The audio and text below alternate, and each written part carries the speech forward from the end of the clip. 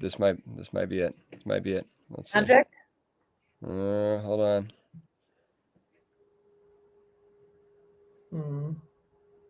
Okay. Someone wrote, you read Let's that see. so nice. Someone said something.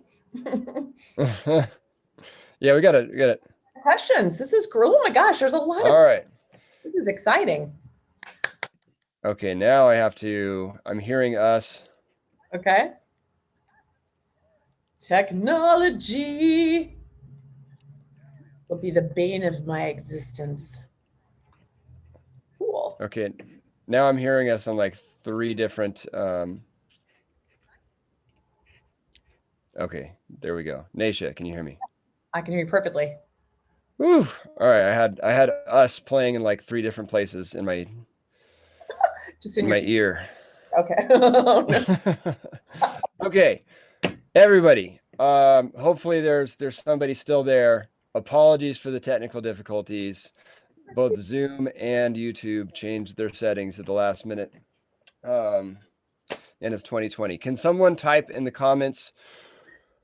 Can someone type in the comments that they can hear me, us, Naisha, say something? Hi guys, I can hear you. Can you hear me? I'll do a little chat here just in case. See if anybody else is around. Could just be us. Okay. Be just you and me, babe. So it looks like no, yeah, I think there's people watching. There's people Oh, watching. goody. Okay. Tammy, so there, yeah, we got comments on, all right, good. We got comments on YouTube and comments on the live stream page. So I'm going to go back and forth between both of them. I don't know why.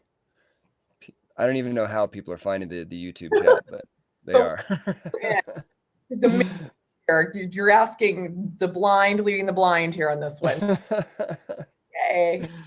Okay. Good to have everybody with us. Yes, I hope everybody enjoyed the event. It's something I'm quite proud of. You know, we've done a few of these online events, and this is far and away the one that you know that we're most proud of getting out there to the world.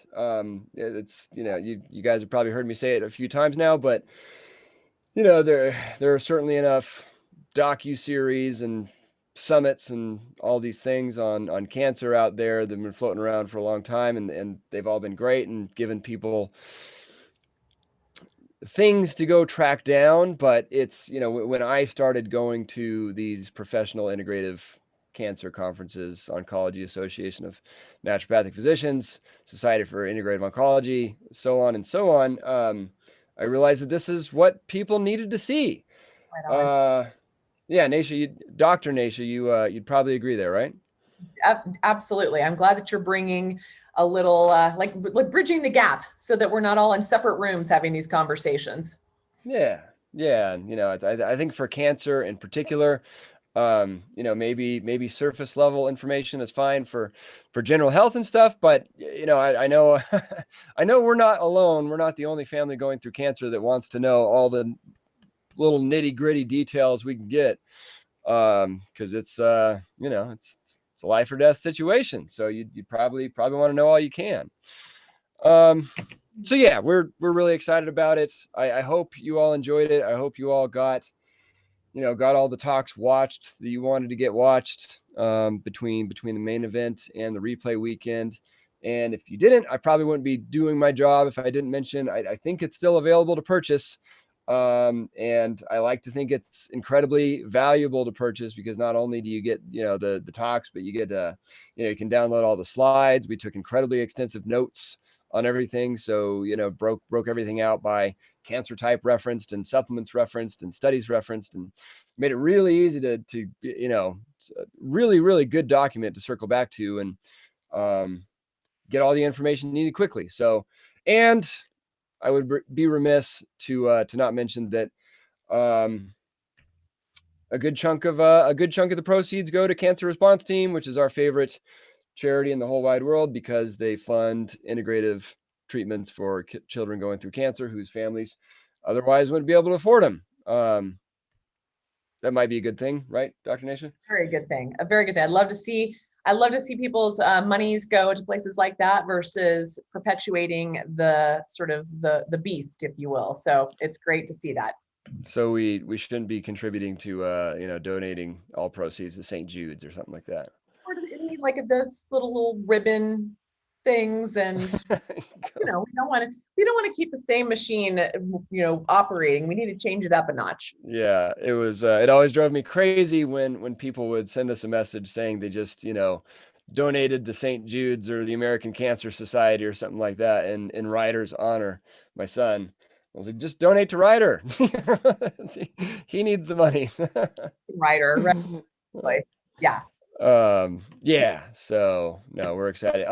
Dr. Nasha, yeah, I mean these live streams we've been doing as part of the event has been to talk about the event and to clear up people's questions related to the event. Certainly got a lot posted here for you. That being said, we'll get to them. But for anyone that doesn't know, you wanna let folks know who you are and anything about yourself you'd Love like people to know. Thanks. Well, it depends on the day, but actually I'm Dr. Nasha Winters. I'm a naturopathic oncologist. I also have extensive training in Chinese medicine and Ayurveda. I love all things integrative. I'm really a bridge maker. I'm not in one camp or the other. I see that there can be a very powerful integration of standard of care. I think it can be re-envisioned and reimagined in a much more thoughtful, less toxic, and powerful way, which is what I'm committed to. I'm the author of Metabolic Approach to Cancer, now in 6 languages, even on audio, which is super weird. And I think we're hitting close to 75,000 copies sold, and we are terrible at self promotion on this. My co-author Jess and I are working on another book. We hope to be out in 2022. And my co-authors and I also have a book. A lot of my faculty members of a mistletoe training program have a book coming out later in 2021 on mistletoe. So watch for that, since that was my topic. I'm very excited. And then the other piece that Ryan and I were talking about before the recording started was this lifelong vision I've been having for going on 29 years now, of a truly metabolic centric forward, adaptive theory treatment forward, integrated medicine at the forefront, with maybe a little standard of care in the background where appropriate, based on the proper test, assess, address process, where everything under one roof is a not-for-profit residential hospital and research institute that is also the training field for physicians from all over the world to come in and learn really vetted therapies, to bring this to their patient population all over the world. So just a small project working on the side here. Just just a little something. Yeah.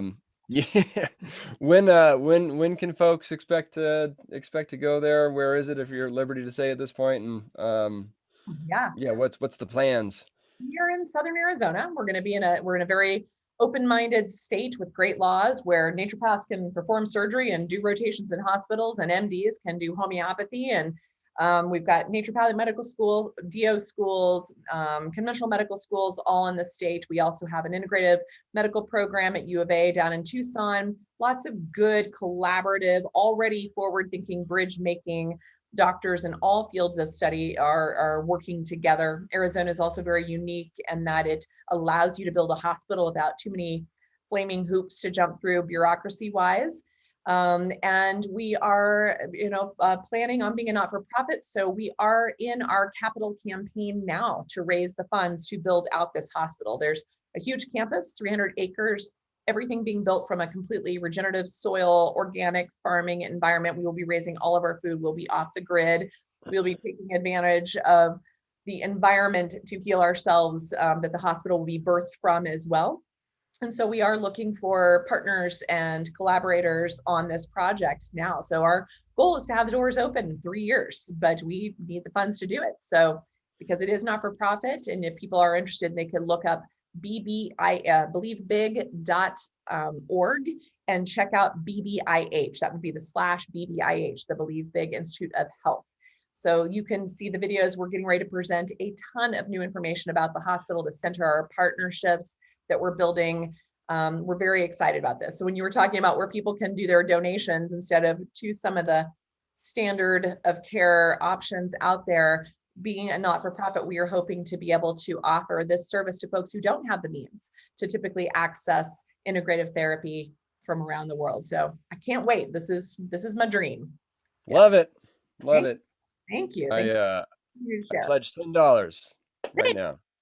Boy, how do you we get 100 of you to do that? We're already moving forward. Thank you. I love it. Yeah. All right. Every All drop right. helps. Yeah, it's quite true. We learned that going through it with Ryder. Enough people kicking a couple bucks. That's another IV vitamin C or whatever. It all Yep. adds up. Yep. All right. Let's get going. So yeah, I mean, I got some people commenting on the anticancerrevolution2.com/live stream page. I have other people commenting on YouTube. Mike said, by far my favorite speaker, great positive attitude with real solutions. That's I'm sure he's talking about you, not me. I So don't. there's that. But let's get to Joanne on the live stream. She's got a juicy one. Kathleen would also like to hear the answer. I have read that eating meat and dairy promotes IGF-1, which in turn promotes cancer growth. But how does the ketogenic diet fit in? Parentheses, which includes eating meat? Question mark. Yeah. What say you, Dr. Nasha? Well, first of all, my book really breaks down the mythology of that entire question. So we could start there. The first big myth to bust is that a ketogenic diet is not a meat-based diet. In fact, the protein intake on a ketogenic diet is lower than a standard diet, 0.8 grams per kilogram on average. You can also do this. So one thing I want patients to know, or people to know, is that a state of metabolic ketosis can be reached in a variety of ways. It can be reached with a ketogenic diet, which is a high-fat, low-carbohydrate, normal to low-protein diet. It can be reached with fasting. It can be reached with exogenous ketones. It can be reached with certain pharmaceuticals. So I want you guys to all know that it's a state I'm trying to put people in, a state of metabolic flexibility and a state of ketosis, of which there are many roads to Rome. So it is not a high protein diet. And to the point specifically on insulin growth factor, 100%, too much protein leads to insulin growth factor, especially really crummy animal protein. If it's been factory farmed, I don't want you eating that ever, ever, ever, ever, ever, because that's been loaded up with all kinds of chemicals and all kinds of hormones and hormone disruptors and antibiotics, which also spike the insulin growth factor in these animal foods. So I do not want you eating any animal protein unless you are very clear on the quality of this protein. And depending on your individual epigenetic blueprint, somebody like my husband, for instance, he has an ACSL1 SNP. That means every time he eats a little bit of red meat, his body thinks he just ate a candy bar. Whereas I have other patients who don't have those SNPs and they eat those foods and it lowers their insulin and their insulin growth factor. So we all have our own individual variations. And if you're in doubt, simply test. You can run an insulin, an A1C, an insulin growth factor on yourself. You can see if meat or dairy, even high quality, affect you in a negative or a positive way. You don't have to be dogmatic and you don't have to guess. You can find this out and treat yourself very individually. Love it. It's a good answer. It's a good answer. And yeah, everybody, I will be some of your questions kind of editing on the fly and others maybe not asking because they would delve into the realm of personalized medical advice, which I don't think Dr. Nasha would want to give without knowing your whole history. But that being said, Heather is having dry mouth from Keytruda. Yeah. What can I do to prevent it from getting worse? Cannot generate any saliva now. Any thoughts on dry mouth and Keytruda, Dr. Nasha? First of all, immune therapies like Keytruda, Opdivo, any of those, you want to make sure if you have a personal history of autoimmunity, if you are over the age of 52, if you have an elevated neutrophil and a low lymphocyte, elevated platelets, elevated LDH, and a poor ECOG score, you're not a candidate for those drugs. So I don't ever start someone on a drug like that, or encourage somebody to get on a drug like that until I know their MD Anderson score response, which is a prognostic score that was put together by MD Anderson to help patients determine if they're a good candidate for these types of drugs. So hopefully someone screens you properly for that first. That would be my number one comment. Number two, there are loads. About 20% of patients have a decent response to these drugs. About 80% have terrible side effects and are not able to tolerate it. And so if you're falling in that category of 80%, the more you do the treatment, usually the worse the symptoms become. So part of that is you might have already run the course. So I don't want to be the bearer of bad news, but you need to assess this with your physician. The other part of this is that these drugs tend to affect all of our mucous membranes, our epithelial gut linings. So it tends to kind of destroy the gut. It creates gastritis. It creates esophagitis. It creates all these issues. It also depletes your fat soluble nutrients. So dry mouth is typically issues around vitamin A, not beta carotene, but retinol or retinoic acid, palmitic acid, the vitamin A family, vitamin D, vitamin K2 all get kind of blunted or wiped out by these drugs. So you might want to take a serum or a red blood cell level of your vitamin A, zinc, C, K, and D levels to see what's going on there. Typically, washes of erythritol can be very helpful. Extra fish oil is very, very helpful in these patients on these drugs to kind of cool the fire of the autoimmune reaction. Staying well hydrated, making sure you are keeping your nourishment up. Those would be kind of the basics to go with there, but probably a lot more questions I'm throwing at you than answers, but that's part of this deal, right? It's like it's not black or white, and it's not, it's incredibly individual, but great question. I hope that gives you a few things to consider to take back to your physician. Yeah, it's like a little ball of yarn you start unraveling, and Totally. Yeah.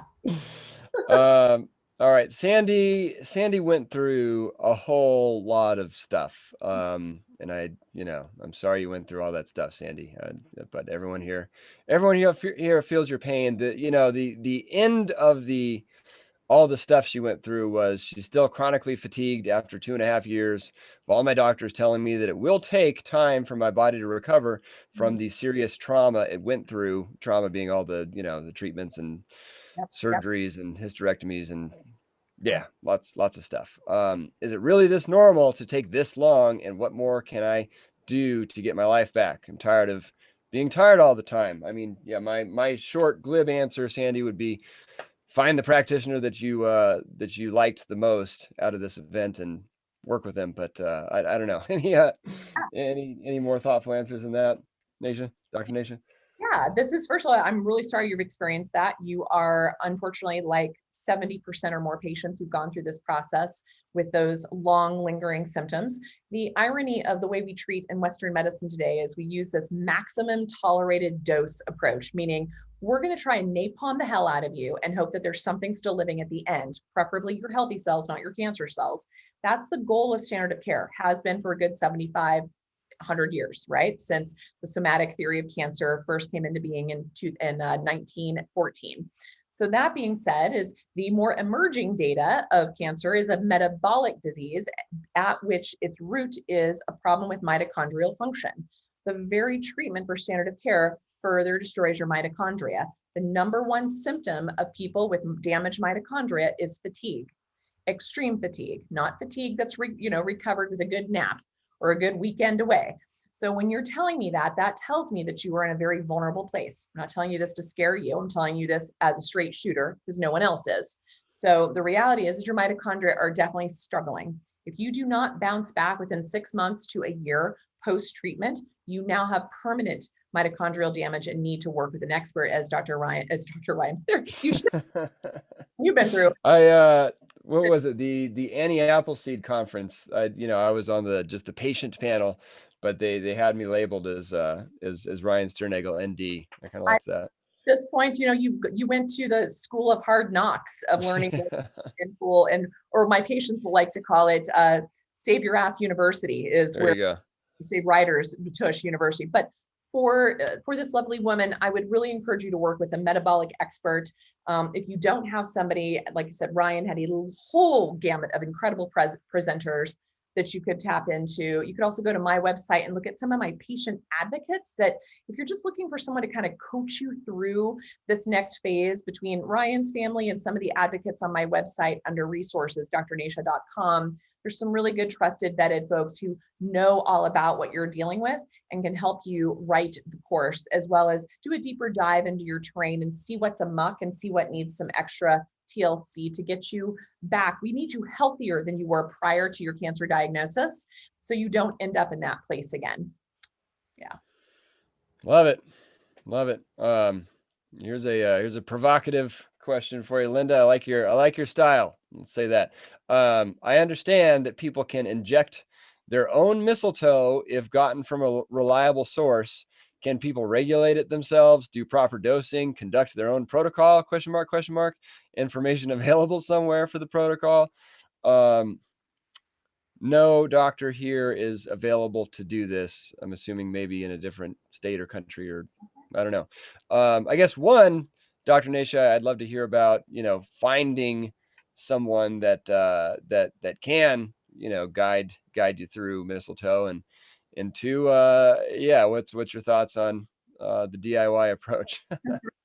Well, first of all, I'm really glad that you asked the question about injecting it, because there are some folks out there promoting tinctures and capsules of mistletoe, which mistletoe has a long medical eclectic herbal history for other conditions, for lots of conditions. It's got a good like headache profile, etc. But as a cancer agent, as I mentioned, it's now just celebrating its 100-year anniversary. It has only been effective as an anti-cancer therapy or an adjuvant of cancer therapy as an injectable, be it subcutaneous, IV, intraperitoneal, intratumoral. All right. So as such, it is definitely a prescription only. It's used as an off-label drug use in this country, but if you live basically anywhere else in the world but the United States, you have access to this. So if you are lucky enough to not live on the US soil, you have doctors that are trained, and this is often even part of your medical system. There's an entire, compendium for it in Europe. About 85% of cancer patients in Europe will use mistletoe at some point in their treatment. Southeast Asia, South America, Mexico, Canada, all have licensure and access to this very readily. In the United States, it's only from one pharmacy. It's used as an off-label drug with a prescribing physician. So that kind of gets the background to make sure you're getting it in the right place. Resources to know who is well-trained. thebelievebig.org has a list of trusted, vetted, trained physicians. The Physicians Association of Anthroposophical Medicine, PAM, has a lovely list of doctors. Uriel Pharmacy out of Wisconsin likely has a good list. So does probably Helixor out of Germany, and a few others. Also on our website, we have a list of doctors who've been trained as well. So there's some places you have folks that are definitely trained in this, the application. On the do-it-yourself, this is not a protocol. There is not a protocol. It is based on you, your individual presentation, to decide which host tree, what dosing schedule, what to watch for, etc. That needs to be done with a medical, trained medical advisor. And then your symptoms, your reactions to, your response to that therapy is what drives the course of this. So it's not a protocol. So you really have to work with someone who has a skill set in knowing how to navigate you through this, because it can be an incredibly powerful medicine, or it can fall totally flat if not used correctly, or can actually cause harm if used incorrectly. So please don't guide yourself on this therapy that, like I said, is 100-year-old, really effective therapy when done properly with the proper guidance. Like I said, though, like her style. There was a time I was considering, figuring out how to get my own IV set up and just, skip the cost of having a trained physician do IV vitamin C's, but we decided against it. But it's very, very tempting. But let's see. Offers up some scholarships for people to work with trained physicians to have access to mistletoe. So look at their resources there as well. But again, these are not-for-profit organizations that depend on, your contribution to help make this available to folks who don't have the means of accessing these very powerful therapies. All right, Daria, is it possible to manage cancer relatively indefinitely and with good quality of life without ever curing it and without chemo? I am in remission from stage 4 ovarian cancer, same as you had, and doing very well, but my CA 125 is going up fast while my other blood work is fine and my latest CT scan is all clean. Thank you for enlightening us on this matter. Any, That's a delving into, yeah, go ahead. I mean, no, she's nailed it because I mean, first of all, you're looking at someone who just celebrated 29 years out from terminal diagnosis without standard of care intervention. It took me the first 15 years to get my CA-125 normalized. And for me, normal meant below 100, which is not normal. And it ebbs and flows in my life. If I get, because I still have a tumor on my right ovary, because I still have peritoneal implants, because I still have carcinomatosis. We just did a 5-day drive down to Mexico where we live and work in the winter months. We live down here 6 to 7 months a year working, and the 5-day drive always stirs up my lymphedema. If I went and did a blood test right now, my CA-125 would be off the charts. If you have anything going on in your upper respiratory tract, if you have anything going on in your GI tract, if you are dealing with anything at all that can spike your CA-125, I would definitely look at your trifecta, which is your C-reactive protein. You want that below 1, your LDH, you want that below 175, and your SED rate, you want that below 10. If all 3 of those are elevated, you are not in remission. Okay, so that is very important for you to know.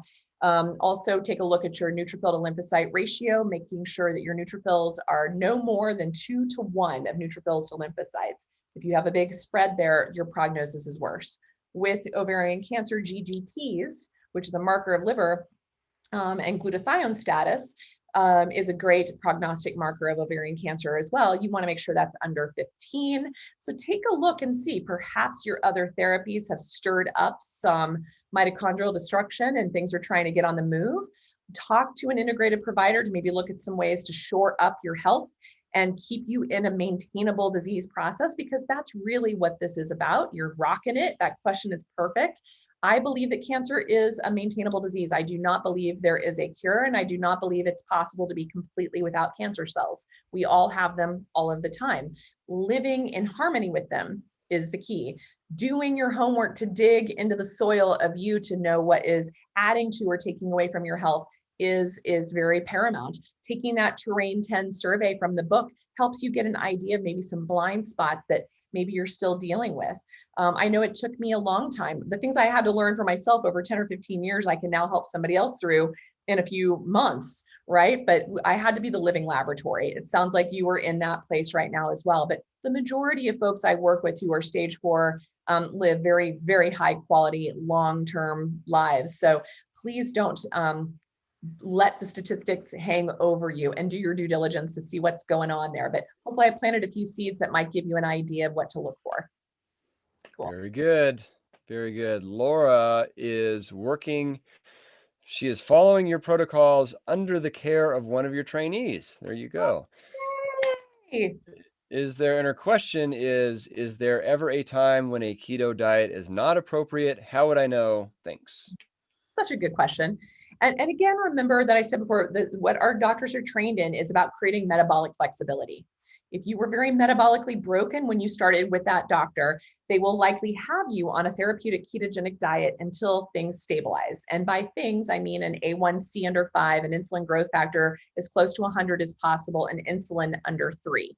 Once that happens, then you can go back to more of a maintainable lifestyle, probably just intermittent fasting, and a regular, normal, low carbohydrate diet without high fat intake is going to keep you in a good, robust response and remission for the long haul. That's something to keep in mind. So your labs are going to be the guide as to when you can get off the crazy train or stay on it. And then also depending on what's your trifecta doing, those 3 markers we talked about, LDH, CRP, and SED rate. If those are all stable, you're stable, even if there's still something on the scan, even if your markers are still elevated. That to me has been a much more valuable tool to monitor than tumor markers and scan results for a variety of reasons. So talk to your doctor about how they would associate it. I would expect them to have the right answers because they've been working with me for a long period of time at this point. But I definitely think that if you're feeling good and your labs are reflecting that, you're on the right path. Keep it up. Very good, very good. Pam, my mother, yeah, well, I don't know if this is going to delve into medical advice or not, but you can see. My mother has metastatic breast cancer and is taking Falsidex Mhm. injections and Ibrance. Her cancer is stabilized, but she is exhausted and constantly fatigued, kind Yeah. of like the other one. Any suggestions? Same goes here too. This is mitochondrial insufficiency. This is mitochondria being beat up by the standard of care treatment. My personal experience with that cocktail is that it can hold back the tide for a short period of time, but the cancer does tend to break through this. So I would encourage you to work with a trained integrative practitioner to be watching for those signs long before, like I always tell people, look for the smoldering ember in the basement long before you're engulfed in flames. So working with someone who can assess how you're doing. If you're just looking at the cancer markers and the scans, that is not enough for anybody, especially with stage 4 of any cancer type. So making sure that someone's looking at your trifecta, looking at all the other markers, looking at the other mitochondrial health pieces, looking at other drivers. Breast cancer is driven by 3 major things: insulin, low vitamin D3, and a body fat, not a BMI, but a body fat over 25%. So a lot of people are walking around what we call TOFI, thin on the outside, fat on the inside. So even if you look fit and thin, if your triglycerides are above 90, if your A1C is high, if your insulin is high, you're fat. It's just fat on the inside, right? So you need to get those things down. So you want to remove the obstacles of cure on this. And the irony is both Faslodex and Ibrance will worsen vitamin D levels, will worsen metabolic syndrome patterns, and will definitely have an impact on mitochondrial health. So you have to find the balancing act, and you have to monitor to know when it's time to get rid of that therapy and move into something that might be more suited to you at any given time, or your mother's time. So great question. I'm sorry I can't give you specific answers, but again, I'm hoping I'm helping people see a pattern here of got to dig deep, guys. It's not a one and done. It's not a protocol. It's not that everyone gets the same treatment. It is very, very, very precise to you and your situation at any given moment. Yep, I think hammering that in is always a good thing for sure.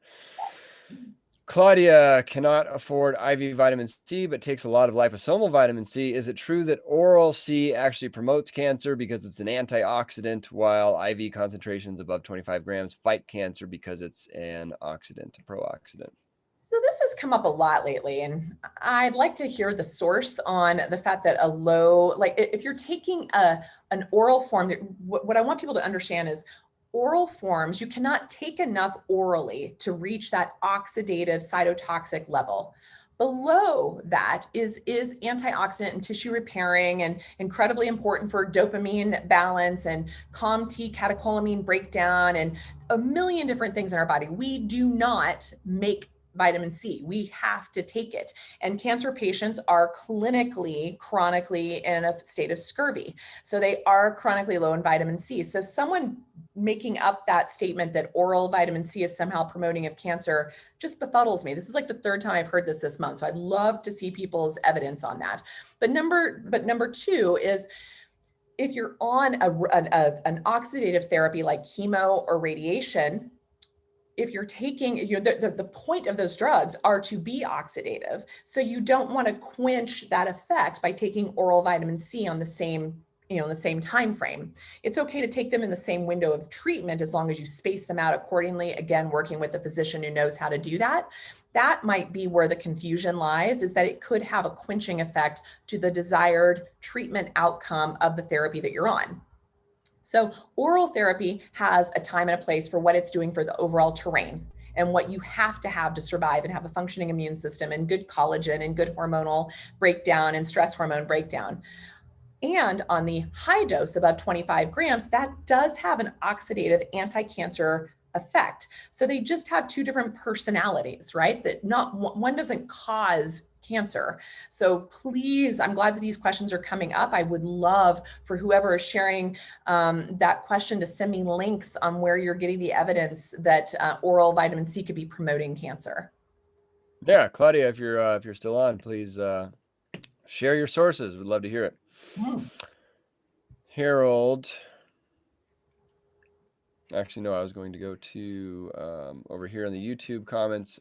Kathleen, Could you please clarify the best dietary recommendations for starving ER plus slash PR plus cancer? First of all, without all the other data, I want to look at your epigenetics. I want to look at your blood levels. I want to look at your nutrition status. I want to look at your methylation status. I want to see what your MCV is up to. I want to see what your vitamin D is up to. I want to know your personal history, your family history. I don't want to know where you grew up. I want to know what your diet diary has been in the leading up to your cancer diagnosis and since your cancer diagnosis.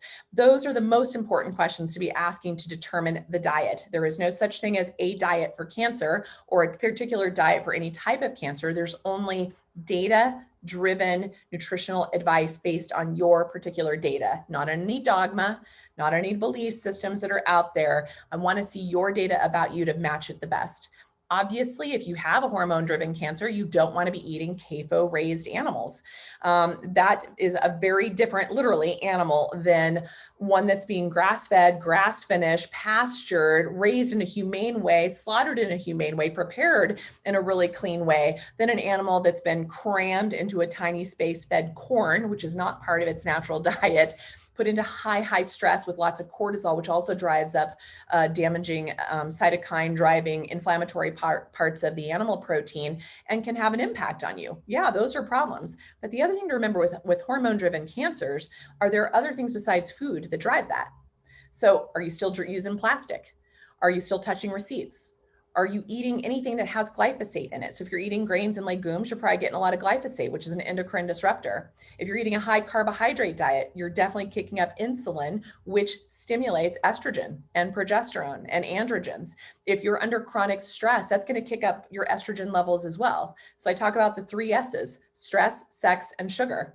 So stress being your cortisol, sex being your sex hormones, but also thyroid hormones. So breast cancer is very driven by hypothyroidism.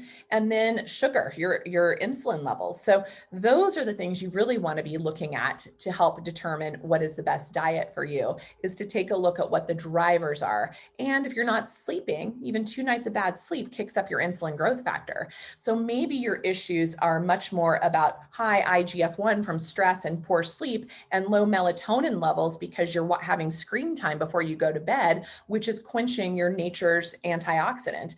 These are the conversations I'm always trying to have patients dig into for themselves. It's not a one and done of I have this type of cancer, therefore I need this type of treatment. That does not exist. Love it.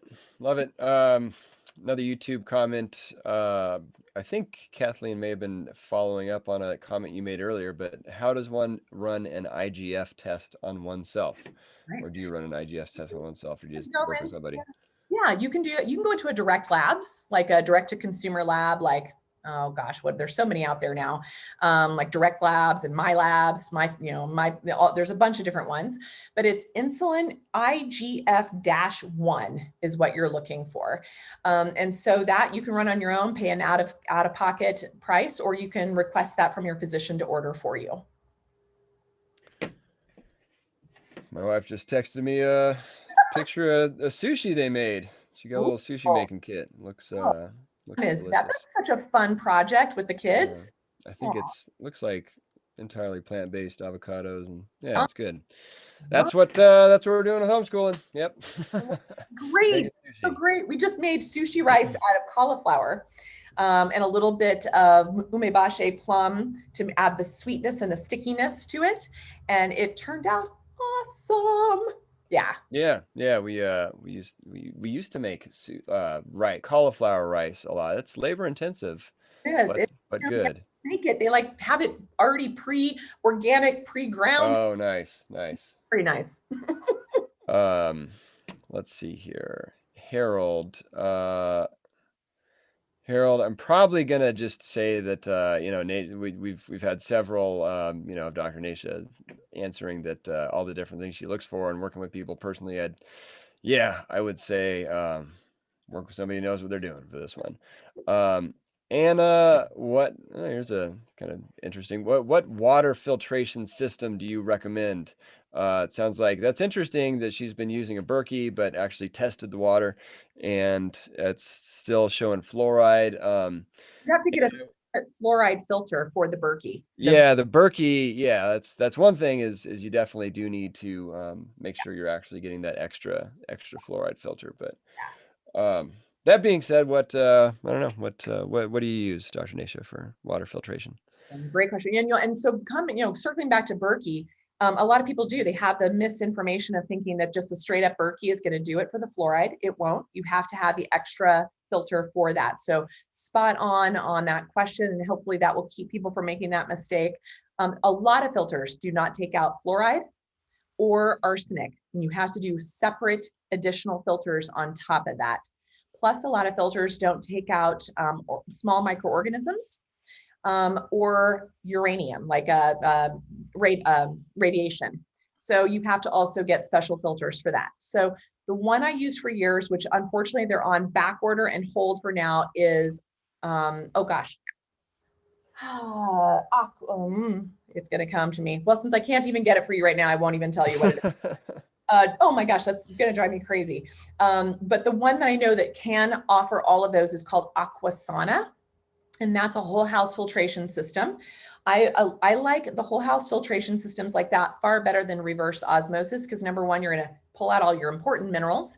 You're also going to damage your plumbing, so that within a few years you have to basically replace all your plumbing when you do RO. Plus, it's incredibly a water waste and water hog.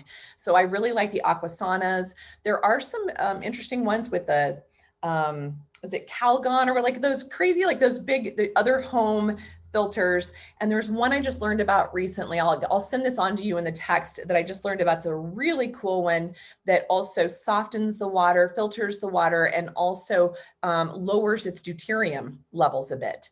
So it's one out of Europe that they're using, but we're able to get it in the United States. I'll try and remember that and get that over to you, Ryan, to post for the group here. But if you're on the move, like right now, we're down in Mexico for the next few months. We have our Berkey with our extra, filter. And then I have some little shower filters that I like to use to keep all the chlorine out as well. When I'm at home, I have a whole house water filter as well as a counter, sink water filter. So we do a double trouble. In Durango, Colorado, we have a lot of heavy metals, a lot of arsenic. We have out of the 26 possible carcinogens, we have 7 of those are definite carcinogens in our city water source. And remember that your city water source does not remove the drugs that your neighbors are ingesting. So you're getting everyone else's hormones and antibiotics and heart medication and antidepressants. When we test poop on people that never take antibiotics, it's loaded with antibiotics because of just what they're eating, what they're being exposed to in their water source and their food source and their soil source. So keep that in mind. You want to be clearing that stuff out.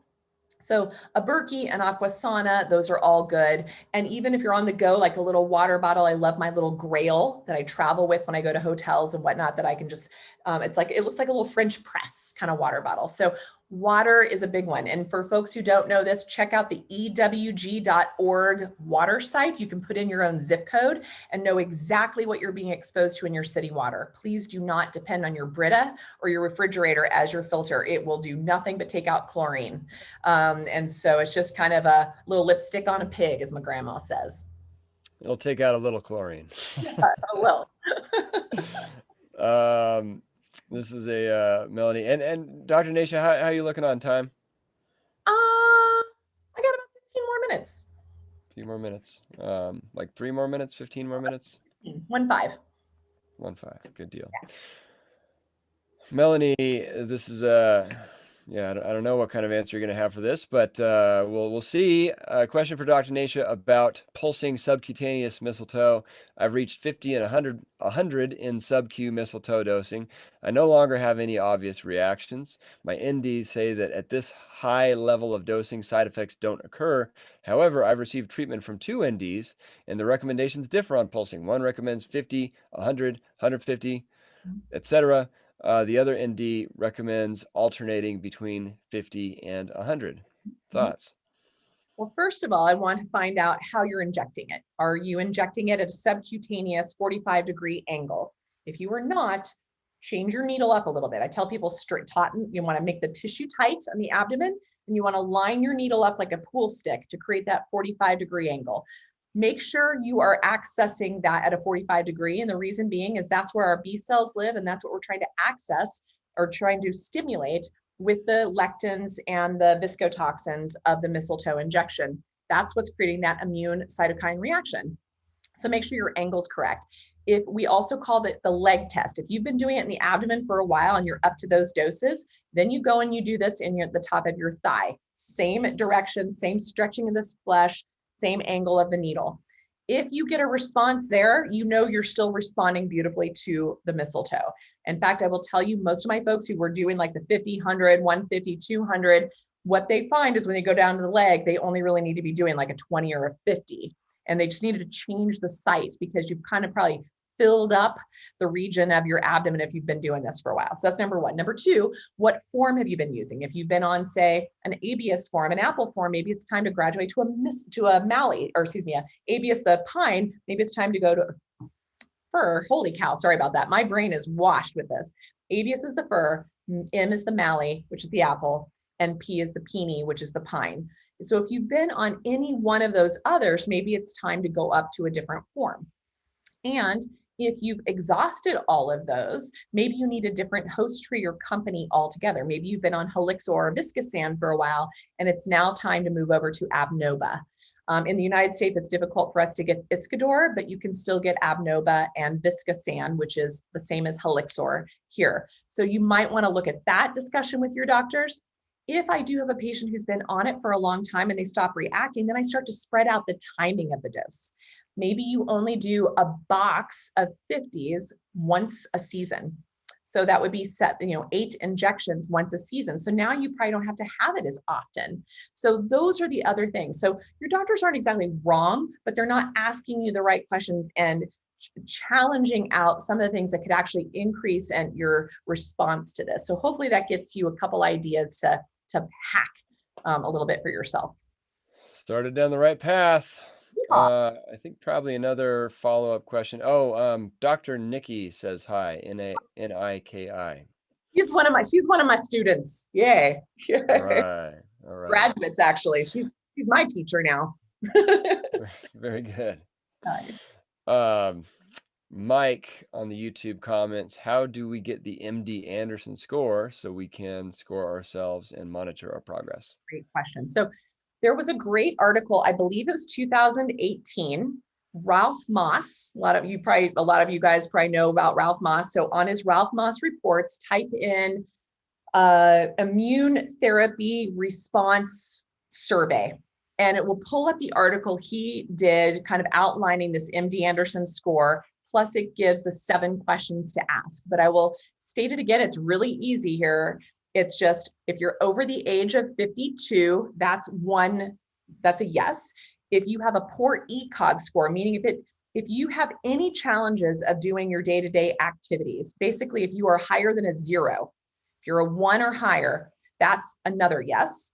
If you have an elevated LDH, so either above 175 on your lab core or above 450 on a Quest, that's another yes.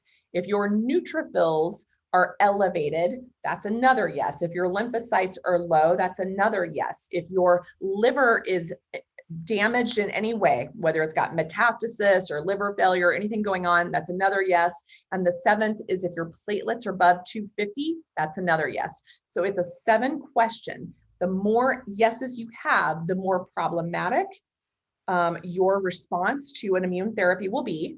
And if you have more than 3 yeses, I actually find that these 2 treatments can be very, very dangerous and even deadly, but definitely can cause you some long-term effects that you will never recover from, like autoimmune disease that have destroyed your kidneys. Like I was just on a consult with a doctor yesterday with a patient who has chronic kidney failure thanks to Keytruda, right? And then she also has chronic Graves' disease now thanks to Keytruda. So her thyroid's destroyed and her kidney's destroyed. So she's likely not going to die of cancer. She's going to die of kidney failure thanks to the very therapy. So these are very important tests that we need to be running from a medical institution who created the very form. And frankly, I've never seen them apply it to a single patient.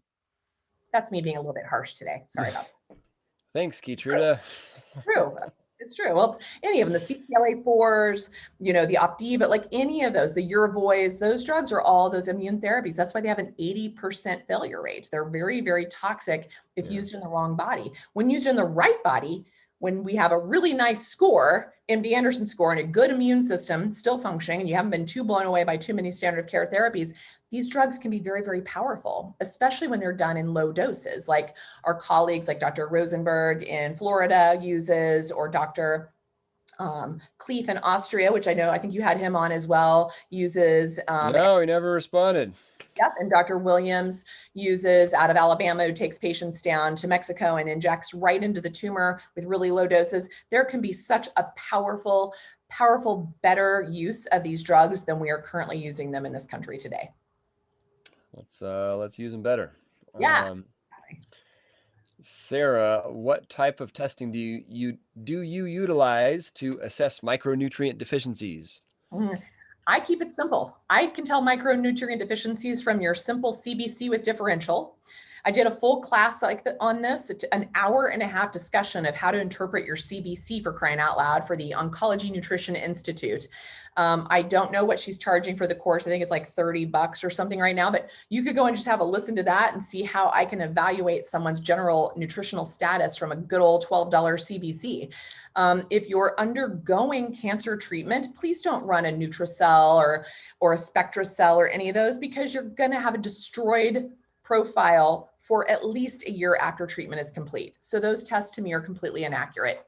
So I don't waste the time, energy, or money to look at them, because they're going to show that you're a hot mess, which you will be for a while. So a CBC shows us if you have chronically elevated MCV, you've got B12 issues. If you've got chronically elevated homocysteine, likely B12 issues. If you've got low vitamin D3, obviously there. If you've got bumps on the back of your arm, vitamin A issues. If you've got cracks on the heels of your feet, you've got omega-3 fatty acid issues. If you've got white spots on your fingernails, you've got zinc deficiency. If you have problems smelling or tasting well, you have zinc deficiency. If you have anxiety, arrhythmias, constipation, insomnia, you got magnesium deficiency. If you crave chewing on cold ice, you've got iron deficiency. I mean, my point is that nutritional physical exams are a lost art in medicine. And if we just simply take the time to observe and learn ourselves and look at the ridges on our nails and the things going on, you know a lot about your nutritional status just by inquiring within in your own body. Preach it. I am notorious for that. Apologies. Yeah, I mean, you've touched quite a bit on cycling between different types of mistletoe. Well, yeah, go ahead. Lena, could you please advise regarding which product is more beneficial for someone with a history of 2 breast cancers, Helixor or Iscador? Parentheses, Iscador is a fermented form of mistletoe and Helixor is not. Also, which type, parentheses, series, and potency of Helixor and Iscador are best for breast cancer history, prevention of recurrence in particular? How often the course needs to be repeated per year, etc. Thank you very much. So first of all, there's something called an amnestic form that's done by the good old Germans. That's basically an inquiry of what is your gender, what is your tumor type, what is your tumor stage, what treatments have you done before, including chemo, radiation, other therapies. Are you mistletoe naive, meaning have you ever used it before?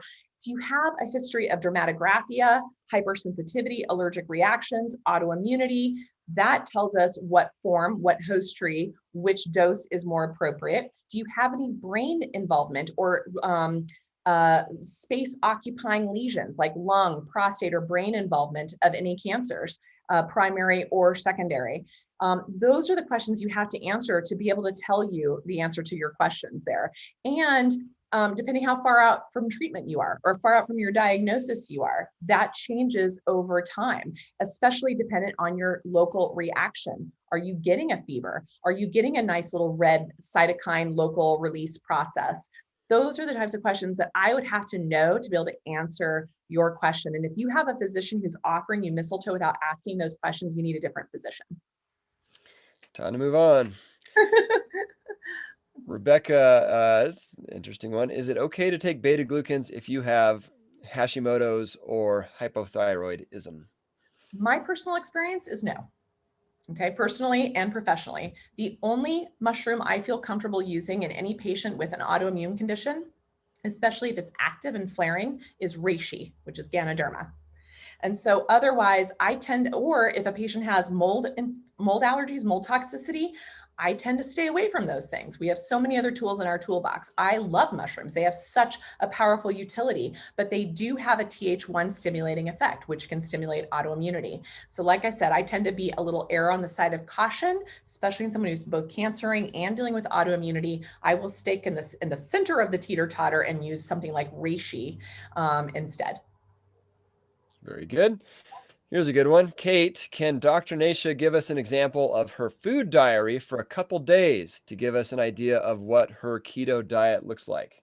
Sure. So right now, like I have been eating this way for over 10 years now. We just celebrated our 10-year anniversary this way. So I don't even have to eat high fat anymore to stay in ketosis. So it actually takes me a lot to get out of ketosis. And when I say a lot, that means like when we're down in Mexico, if I had papaya every day for 3 days, and maybe 2 margaritas and maybe a sweet potato, I might be able to knock myself out of ketosis, right? Wow. That's a pretty high carb, sugary intake for me. Typically, I fast 13 to 16 hours every single day. If I have anything in the morning, it's just black coffee. Every once in a while, I'll have black coffee with heavy organic, as raw as I can get cream. Kelowna is the brand I use when I'm at home, which is low heat pasteurized, small batch, homogenized. It's as close to raw as you can get in the sort of grocery stores. So that's an occasion. Then I am a veggie junkie. I get my 9 to 15 servings of vegetables a day. I get a lot of that through making chimichurris, pestos. That's my favorite way. I make a really, like if I make a guacamole, it is also loaded with basically a really, a few big handful bunches of cilantro that are turned into a cilantro pesto that I mix into my guacamole. So I'm getting my fat from the olive oil in the pesto. I'm getting my unbelievable natural chelator cilantro of the metals. I'm getting the fats of the avocado. I'm getting lots of good sea salt, lots of good limonene because I put some lime zest in there as well, which is very, very powerful. And then I eat that with celery sticks, cucumber slices, and radishes I love the big round watermelon radishes. So that becomes my chip.